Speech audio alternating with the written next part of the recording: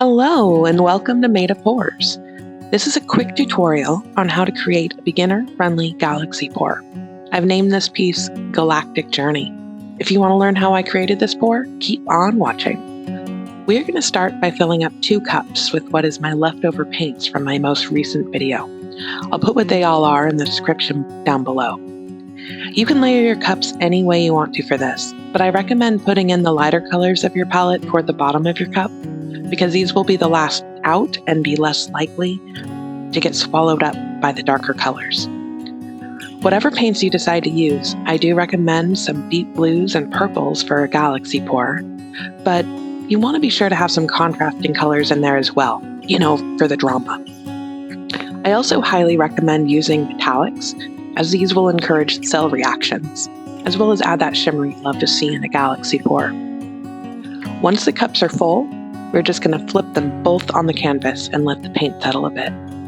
Don't be afraid to flip a full cup. Just do it quickly and the laws of physics will keep the paint in the cup for you. When you pull the cups away, roll the lip of the cup through the paint.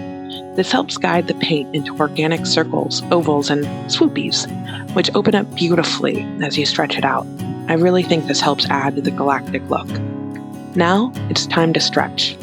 I really didn't overthink my composition here. I trusted my colors and my process to give me the look I was going for. I had more than enough paint for the canvas, so I knew once I got it covered, I could adjust the composition a bit if need be.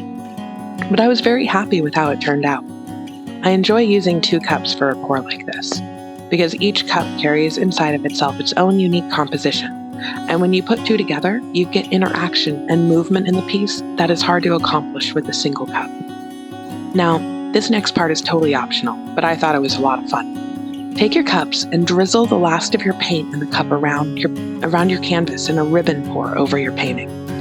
Now, I accidentally let out a healthy dollop instead of a ribbon on one of those cups. I'm sure you just saw it.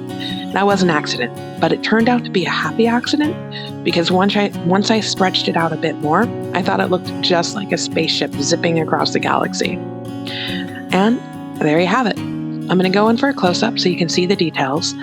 The ribbon pour effect is totally optional, but I really did think it was fun, especially when that dollop stretched out into a spaceship. Please do let me know what you think of this one in the comments. And don't forget to hit that like button, it really helps with the algorithm, and subscribe for more paint pouring tutorials. Thanks so much for watching, and I'll see you again next time. Bye-bye.